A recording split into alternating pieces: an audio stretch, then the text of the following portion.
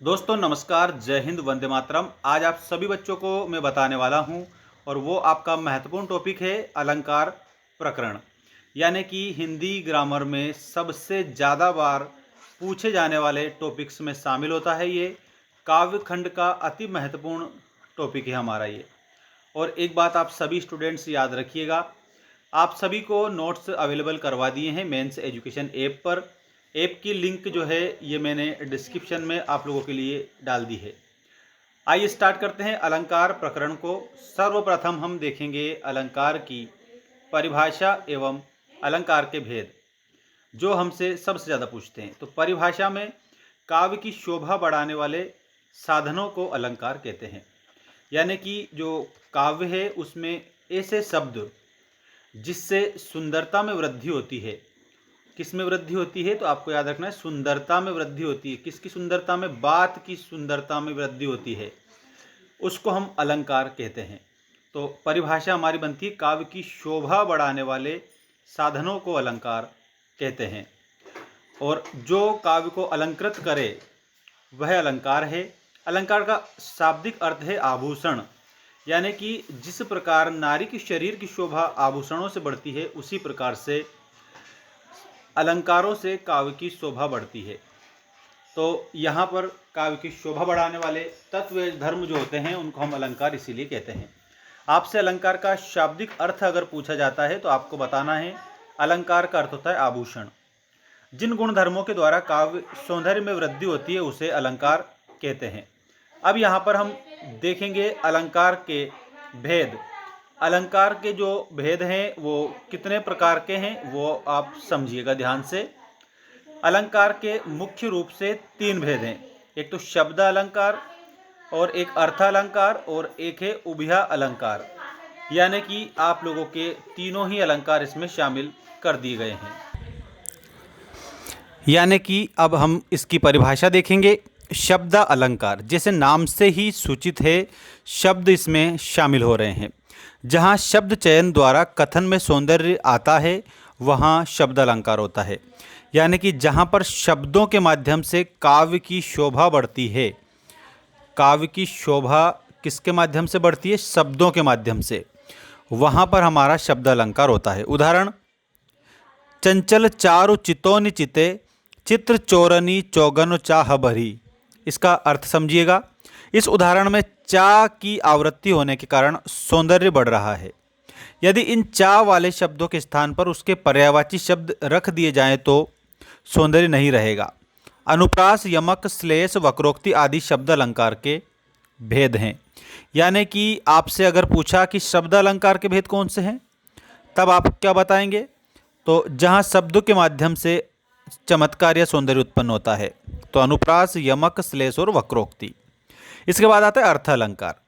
जहाँ कथन में अर्थगत सौंदर्य होता है उसे अर्थ अलंकार कहते हैं। अर्थात काव्य के अर्थ और भाव को चमत्कारपूर्ण बनाने वाले अलंकार अर्थ अलंकार कहलाते हैं।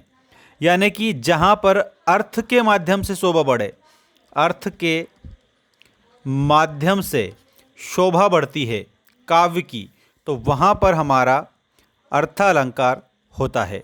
जैसे सुमनों की मुस्कान तुम्हारी। अब इसमें सुमनों के स्थान पर फूलों या पुष्पों को रख देने से अलंकार और अर्थगत सौंदर्य में कोई अंतर नहीं पड़ता है।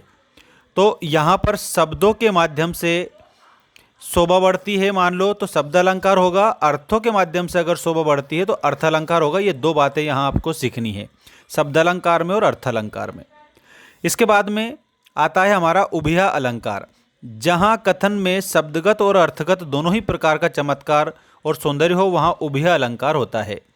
यानी शब्द और अर्थ दोनों ही प्रकार से चमत्कार उत्पन्न हो रहा है, तो वहाँ पर उभय अलंकार होता है। जैसे कि उभयचरम मेंढक को कहते हैं, वो जल में भी रह सकता है, थल में भी रह सकता है, इस तरीके से। तो यहाँ उदाहरण, अंगूरी अरावन के बीच दिए सकियन, सो बात बनावत देखो, पूरब पुण्य जबहि चवहि, युग लोचन चाप चढ़ावत देखो। यहाँ अनुप्रास शब्द अलंकार और रूपक अर्थ अलंकार है। अनुप्रास का मतलब जहाँ पर शब्दों की आवृत्ति बार बार हो, वहाँ पर अनुप्रास अलंकार होता है। ठीक है। अब यहाँ अगला जो हमारा इम्पोर्टेंट क्वेश्चन है, समझिएगा सभी बच्चे ध्यान से। आपसे पूछा अनुप्रास अलंकार की परिभाषा उदाहरण से लिखिए। 2022 में ये क्लास 10th में भी पूछा गया था। जहाँ वर्ण की आवृत्ति बार बार हो उसे अनुप्रास अलंकार कहते हैं। यानी कि इसमें आवृत्ति किसकी होती है? वर्णों की। जैसे का वर्ण हो गया, गा वर्ण हो गया, चा वर्ण हो गया। यानी ज्ञातक अगर कोई सा भी वर्ण आता है उससे आवृत्ति होती है, बार बार वो आ रहा है तो वहाँ अनुप्रास अलंकार होता है। जैसे कटि किंकिन के धुनि की मधुराई। अब इसमें यहाँ पर का वर्ण है, यहाँ भी का है, यहाँ भी का है और यहाँ पर भी का है। यानी ज़्यादा बार अगर वर्ण इसमें हमारा आ रहा है तो हमें याद रखना है ये अनुप्रास अलंकार है, इसमें का वर्ण की आवृत्ति है। अगला उदाहरण है चारु चंद्र की चंचल किरणें खेल रही है जल थल में। इसमें यहाँ भी चा है, यहाँ भी चा है और यहाँ पर भी चा है और यहाँ भी चा है। यानी कि चा जो वर्ण है इसकी आवृत्ति हो रही है तो इसलिए हमारा ये यहाँ पर अनुप्रास अलंकार हो जाएगा। अगला है तरनी तनुजा तट तमाल तरुवर बहु छाये में। इसमें ता वर्ण है तो भी हमारा अनुप्रास अलंकार होगा। इसके बाद अगला अलंकार इंपॉर्टेंट समझिएगा। सभी बच्चों को यदि नोट्स चाहिए तो इसके लिए आपको एक काम करना है, मेंस एजुकेशन ऐप डाउनलोड करना है। वहाँ पर आपको क्लास 10th की मेंबरशिप परचेस कर लेनी है। वहाँ पर आपके 6 सब्जेक्ट के नोट्स भी अवेलेबल करवा दिए हैं और इसके अलावा आप लोगों के लिए study videos, study material, previous year question paper सब कुछ वहाँ पर मिल जाएगा। अगला हमारा अलंकार है रूपक अलंकार। देखिएगा यहाँ पर जहाँ उपमेय में उपमान का आरोप हो वहाँ रूपक अलंकार होता है। अथवा एक और परिभाषा इसकी है, जब एक वस्तु को दूसरी वस्तु का रूप दिया जाए या जहाँ तुलना में उपमेय उपमान का रूप धारण कर ले तब रूपक अलंकार होता है। और जहाँ एक व्यक्ति या वस्तु की दूसरे से समानता व्यक्त की जाए वहाँ पर भी रूपक अलंकार यहाँ होता है। जैसे मंद हंसी मुख चंद जुनाही, यानी मुख रूपी चंद्र। जे जग मंदिर दीप सुंदर, यानी जग रूपी मंदिर का दीपक। पायो जी मैंने राम रतन धन पायो, राम की रतन धन से समानता इसमें करी गई। और चरण कमल बंदो हरिराई, मैं भगवान के चरणों रूपी कमलों की वंदना करता हूँ। यहाँ पर चरण उपमेय है और कमल उपमान का आरोप है। तो यहाँ पर जहाँ पर उपमेय में उपमान का आरोप हो वहाँ पर आप लोगों को रूपक अलंकार करना रहेगा। इसके बाद आता है उपमा अलंकार, जो सबसे ज़्यादा बार पूछा जाता है ये अलंकार। इसको आप थोड़ा ध्यान से कंप्लीट करेंगे। उपमा का अर्थ होता है एक वस्तु का किसी दूसरी वस्तु से समानता के आधार पर तुलना करना। यानी इसमें आता है तुलना करना, कंपैरिजन करना, तुलना करना। जहाँ किसी वस्तु की उसके किसी विशेष गुण या स्वभाव की विशेषता के आधार पर तुलना की जाती है वहाँ पर उपमा अलंकार होता है। उपमा अलंकार के कितने भेद होते हैं तो आपको याद रखना है, उपमा अलंकार के 4 भेद होते हैं। उपमेय, उपमान, साधारण धर्म और वाचक शब्द। जिसको उपमा दी जाती है उसे उपमेय कहते हैं, जिससे उपमा दी जाती है उसे उपमान कहते हैं।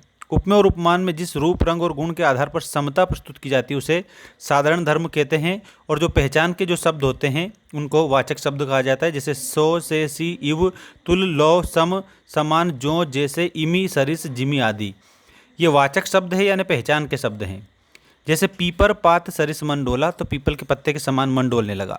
सीता का मुख चंद्रमा के समान सुंदर है, इसमें भी उपमा दे दी गई है।